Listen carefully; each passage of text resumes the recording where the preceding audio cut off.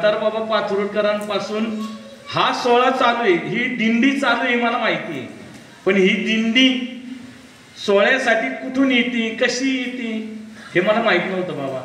आणि मी काल बाबांना विचारलं, त्यानंतर मला हे कळलं की म्हातार बाबांची जी परंपरा किती जुनी आहे. आणि त्यानंतर हा सोहळा मी तर काय समजायचं, पालखीच्या आधी म्हणजे आपलं 27ला जर प्रस्थान असेल तर त्याच्या आधी 2 दिवस 3 दिवस आधी असा तुमचे दिंडी देऊला येत असेल. पण ही परंपरा म्हणजे तुमच्या गावातून निघून पंढरपूरला जाता, तुम्ही पंढरपूरवरनं आळंदीत येता, आळंदीतून देहूला येता, हा इतिहास मला माहित नव्हता. म्हणजे ही जुनी परंपरा, म्हणजे याला सांगायला वेगळं काही होणार नाही की आम्ही देहूकर फक्त म्हणायला वंशज महाराज, पण तुम्ही विद्या वंशज आणि तुकोबारायांचे खरे पाईक म्हणतो तर तुम्हाला मानलं पाहिजे. कारण हा जाज्वल्य जो इतिहास आहे, जो पालखी सोहळ्याचा इतिहास आहे, आज आम्ही सांगतो की 339 वर्ष पालखीला होतात,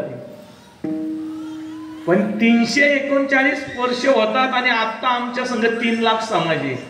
प्रत्येक दिंडीत 1000 लोक आहेत, 2000 लोक आहेत, कुणात 500 आहेत, कुणात 5 पण आहेत, कुणात 100 पण आहेत, अशा पण दिंड्या आहेत.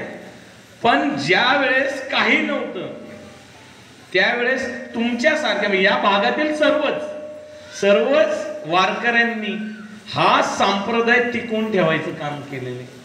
आणि या म्हातार बाबा पाथर्डीकर असन, त्यांच्यानंतर त्यांचे जे काही 6 पिढ्या होत आल्यात, म्हणजे गणेश महाराजांपर्यंत 6 पिढ्या आहेत आणि बाबा तर आहेत, या सर्वांची सेवा करायला संधी आज मला मिळली महाराज, की या गावी येऊन कीर्तन सेवा करायची म्हणजे माझं भाग्य असन काहीतरी, म्हणजे की माझं पूर्वपुण्य असन की इथं येऊन मला सेवा करायला मिळते.